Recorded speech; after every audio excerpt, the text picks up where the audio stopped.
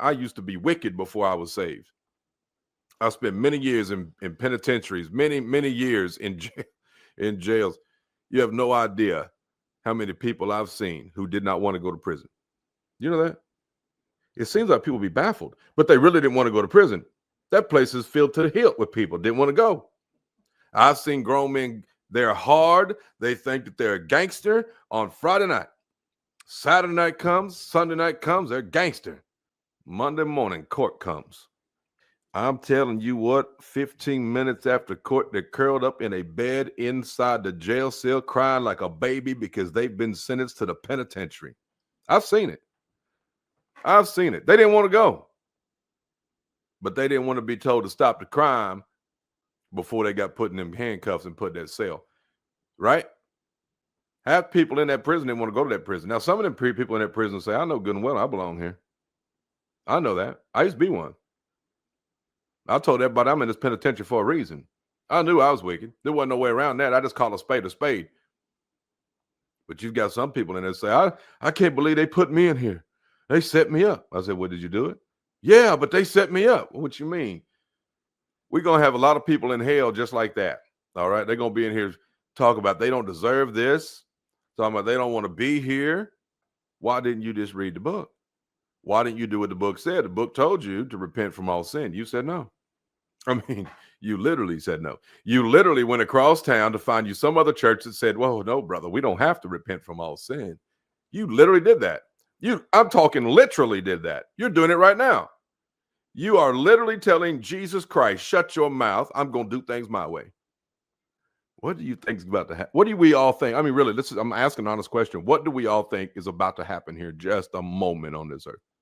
God's going to sing songs. What did you say? We're going to hear angels singing in the clouds. They're going to play harps, golden harps, trumpets and harps in a field of flowers, somebody said. That's what's going to happen. Jesus is returning with a choir. Is that what we got going on? Is that what's fixing to happen? I'm going to tell you right now that even the devils tremble at what's fixing to hit.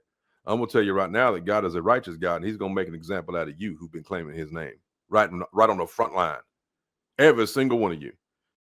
How dare you yoke yourself together with a bunch of hypocrites claiming the name of God and walk in your sin, thinking you're just going to have it your way.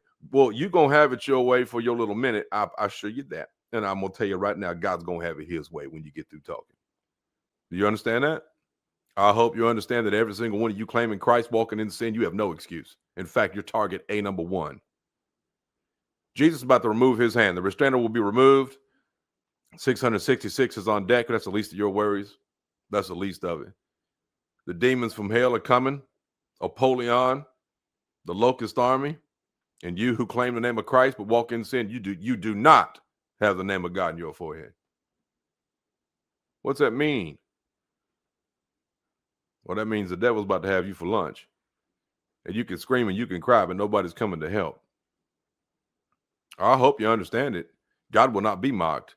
And every time y'all get together on Sunday morning singing your little songs, telling everybody, don't judge me lest you be judged, taking all that stuff out of context so that you can carry on in your sin, you're mocking God.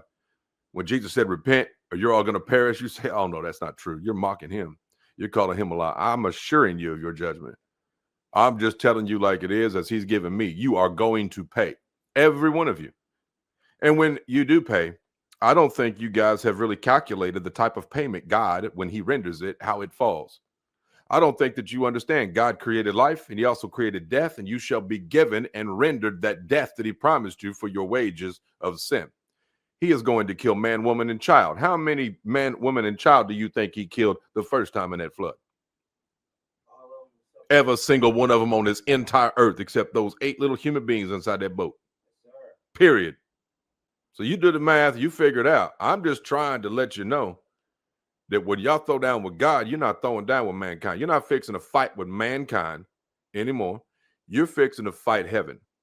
Whether you swing back or not really doesn't matter. He's coming for you. I'm just telling you.